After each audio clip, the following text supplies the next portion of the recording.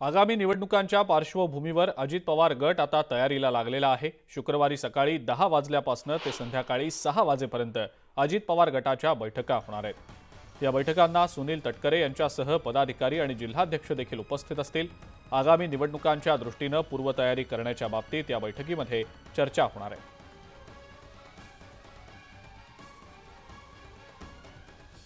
मुख्यमंत्री एकनाथ शिंदे, उपमुख्यमंत्री देवेंद्र फडणवीस आणि अजित पवार दिल्ली दौऱ्यावर जाऊन गृहमंत्री अमित शहा यांची भेट घेणार आहेत। या भेटीमध्ये ते इथेनॉल, कांदा आणि दूध दराच्या मुद्द्यावर चर्चा करणार आहेत। या भेटीवरून अजित पवारांनी पत्रकार परिषदेत उपस्थितांना चांगलाच टोला लगावलाय।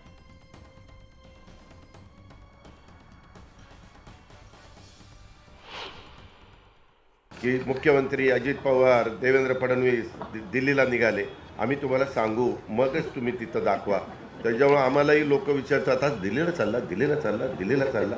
अरे पण दिल्लीच्या ज्यांच्याकडे काम आहे ते ज्यावेळेस थोडेसे त्यांना फुरसत मिळेल तेव्हाच आम्ही जाणार, तेव्हाच तिथं काम सांगणार। पुन्हा गेलो नाही भेटले, आले माघारी, आले आले आले करत, म्हणजे दोन्हीकडनं तुम्ही ठोकाठोकी करता। आम्हाला तसं करू नका।